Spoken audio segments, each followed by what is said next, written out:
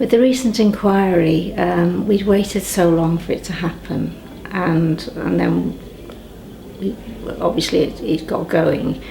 But I really felt that the public authorities were acting against us in a way. They weren't cooperating fully, although to your face they were, but behind the scenes it was obvious that they weren't, and this then led to the inquiry being really much longer than it needed to be. The conduct of the police, the ambulance service and the local authorities at the recent inquests in Warrington was incredibly distressing and upsetting and traumatic, because we had believed, after receiving an apology from those organisations in 2012, that they would come to the inquest with the intention of trying to get to the truth, rather than trying to distort and suppress the truth, and basically say that it was the fans' fault that the disaster took place. It caused me a lot of upset, and it caused me a lot of problems, because it basically made me feel extremely stressed and extremely anxious, and I was then made to relive what I'd been through in 1989 and subsequently, with all the accusations that have been levelled at the 96 and the survivors and all the fans who were there.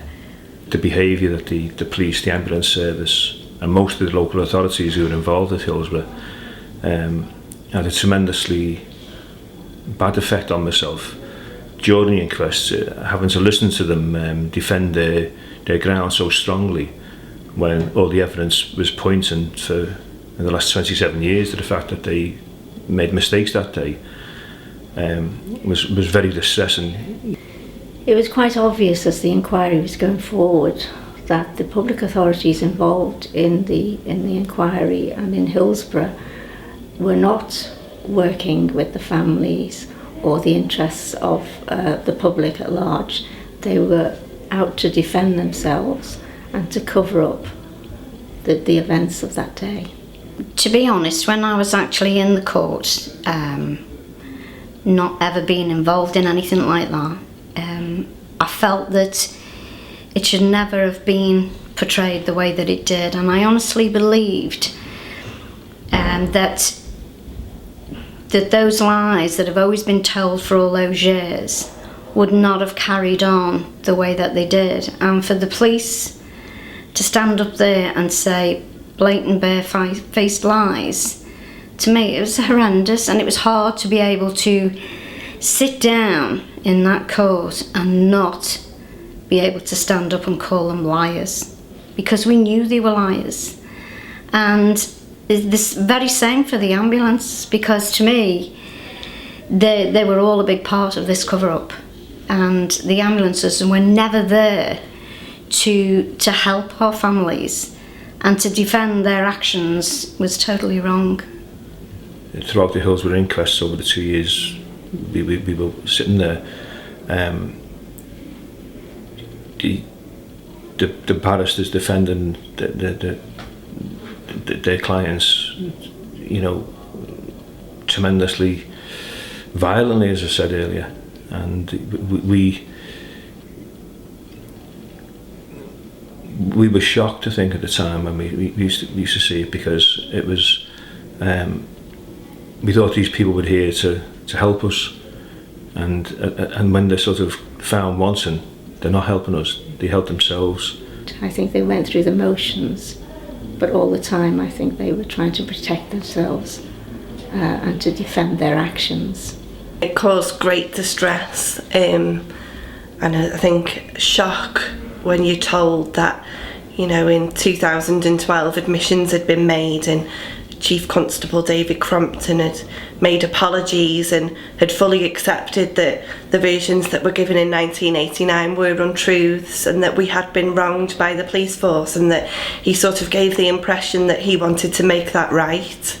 And then you walk into a courtroom, you know, where he's got a legal representative, because that's what they're entitled to. They're entitled to, you know, sort of defend their position. But for him to then go back on what he said and start with the same old drunk ticketless vans, I think that's what gave probably more distress than there needed to be. I feel quite angry that and I hold that circumstance responsible for the inquest taking so long. I don't think that they would have taken as long as they did if these people within authority had you know, not have been allowed to have gone back on their admissions and apologies. When the HIP report came out, what came out we knew was the truth, and we'd known all along.